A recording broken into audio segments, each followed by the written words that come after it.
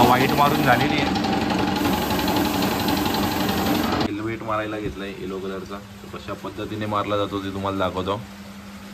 इकडे बघा गौरीच्या मूर्तीला कलर भरायला घेतलेत. या अशा पद्धतीने पहिले तसं व्हाईट केलं जातं, त्यानंतर मग असे. तर मित्रांनो, स्वागत आहे तुमचं पुन्हा एकदा आपल्या एका नवीन व्हिडिओमध्ये. तर मित्रांनो, आज आपल्या साई कला केंद्रामध्ये गणपतीच्या एका नवीन मूर्तीला कलरिंग करायला घेतलंय. एक मोठी मूर्ती आहे, तर चला तीच तुम्हाला मी आज दाखवतो. तर आता या मूर्तीला आपण सर्वात पहिले व्हाईट करायला घेतलंय. व्हाईट म्हणजे जो बेस कलर असतो व्हाईट, तो मारायला घेतलाय. आणि यानंतर मग पितांबरी, शाल वगैरे या सर्व गोष्टी, पितांबर आणि जो शालचा कलर आहे तो, तर आणि जो शाल असते त्याला कलर केलेला आहे. सर्वात पहिले आपण त्याला व्हाईट कलरचा जो बेस असतो तो मारायला घेतला आहे. सोबतच आपण इकडे दुसऱ्या मूर्तीला देखील कलरिंग करायला घेतले. तिला व्हाईट करून झालेली आहे आणि हिला व्हाईट करायचं. तर ज्या मूर्त्या आपल्या रेडी झाल्यात त्या आपण इकडे ठेवून दिलेल्या आहेत सर्व. या बघा, या सर्व रेडी झालेल्या आहेत. काही थोडं काम बाकी. आता या श्रीकृष्णाच्या मूर्तीची आपल्याला आखणी करायची बाकी आहे अजून. आणि तो बघा, तो देखील एकदम रेडी झालेला आहे. झाड आहे आणि वाघ आहे, सिंह आहे, सिंहावरती बसलेली मूर्ती आहे. आणि तशीच इकडे ही मोरावरती बसलेली आहे. मोरावरती बसलेली मूर्ती आहे. इकडे आपल्या काही गौरींच्या मूर्त्या आहेत, त्यांचं पण काम रेडी आहे, फक्त आखणी करायची बाकी आहे. बाकी गणपतींची जी आखणी आहे ती झालेली आहे. श्रीकृष्णाची बाकी आहे. बघा श्रीकृष्णाची मूर्ती बघा किती सुंदर दिसते. आखणी केल्यावरती अजूनच भारी दिसेल. आणि इकडे पण ही विठ्ठलाची मूर्ती आहे, पण अशी एका वेगळ्या पोझिशनमध्ये येते. आणि इकडे कोळी, इकडे छत्रपती संभाजीराजे, दर अशी मूर्ती. हिला काल आपण सजवले. तिचा मुकुट बघा किती मस्त सजवलाय.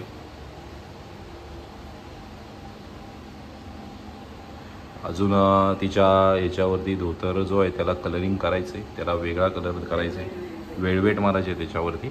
आणि ती जी शाल आहे ती पण राहिलेली आहे, पण तिचा मुकुट बघा किती मस्त सजवत आहे.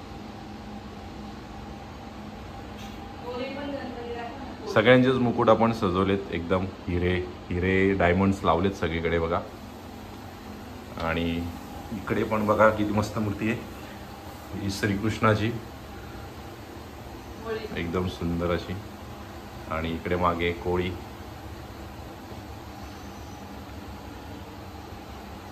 तिकडे गौरीची मूर्ती आहे.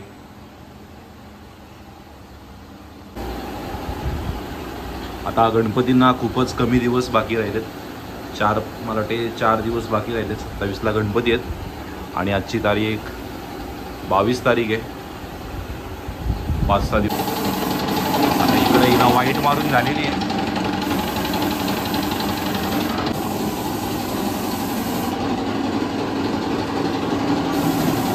इकडे बघा गौरीच्या मूर्तीला कलर भरायला घेतलेत. या अशा पद्धतीने पहिले तसं व्हाईट केलं जातं, त्यानंतर मग असे कलर भरले जातात. इथे जो कलर असेल तो, आणि त्यानंतर त्याच्यावरती शेडिंग केली जाते.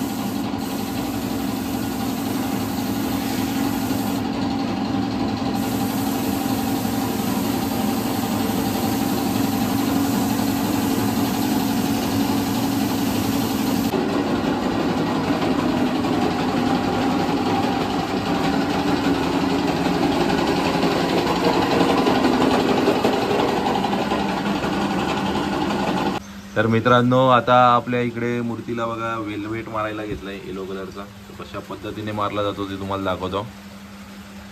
सर्वात पहिले काय मारलंय, खाली ऑइल पेंट मारला जातो बेसला, आणि मग त्याच्यावरती वेलवेट चिपकवला जातो. बघा वेलवेट कसं चमकतोय एकदम. ऑइल पेंट आणि वेलवेट मध्ये तुम्हाला फरक दिसेल.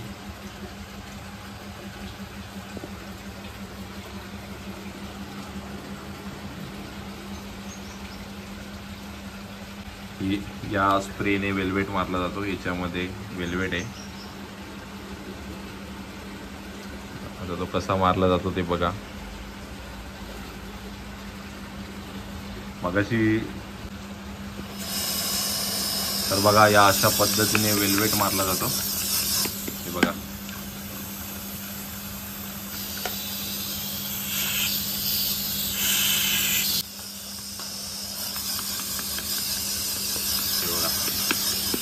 प्रॉपर असा वेल्वेट बसला जातो। हवा कमी आहे ना, हे बघा प्रॉपर असा वेल्वेट। हे बघा तुम्हाला दाखवतो, इथे कट करायला लागेल।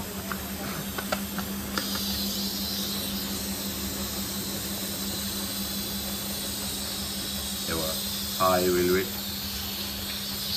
हा बघा हा वेल्वेट आहे आणि हा असा भरला जातो याच्यात आणि त्यानंतर मग इथे मारला जातो।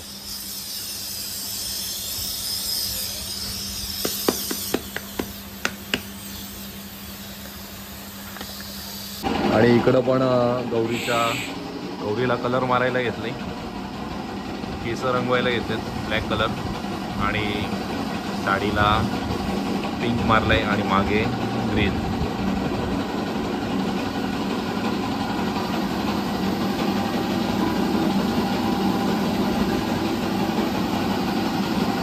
मगाशी आपण या मूर्तीला पिंक कलर मारला होता आणि आता त्याच्यावरती रेड कलरची शेडिंग मारायला घेतली। शेडिंग बघा कशा पद्धतीने असं एक पेन्सिल गन असतो त्याच्याने मारली जाते।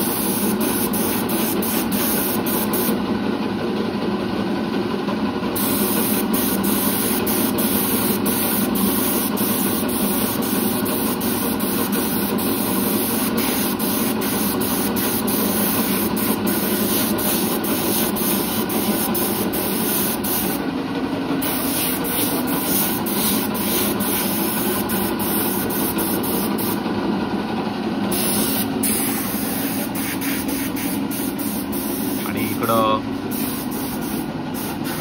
ही श्रीकृष्णावाली मूर्ती कलरिंग करायला घेतली आता तिला।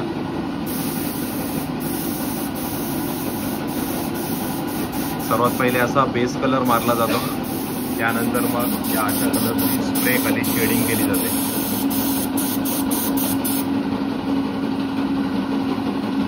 तर मित्रांनो आता तुम्ही बघितलं असेल आपण गौरीला शेडिंग करत होतो रेड कलरची। आता हा ब्लॉग मी इथेच एंड करतो आणि तुम्हाला नेक्स्ट ब्लॉगमध्ये भेटतो आणि नेक्स्ट ब्लॉगमध्ये मी तुम्हाला प्रॉपर गणपतींचं काम प्रॉपर पूर्ण झाल्यानंतर कशा पद्धतीने आपल्या मूर्त्या दिसतायत ते दाखवतो। तर चला भेटूया नेक्स्ट ब्लॉगमध्ये, तोपर्यंत बाय बाय, टेक केअर।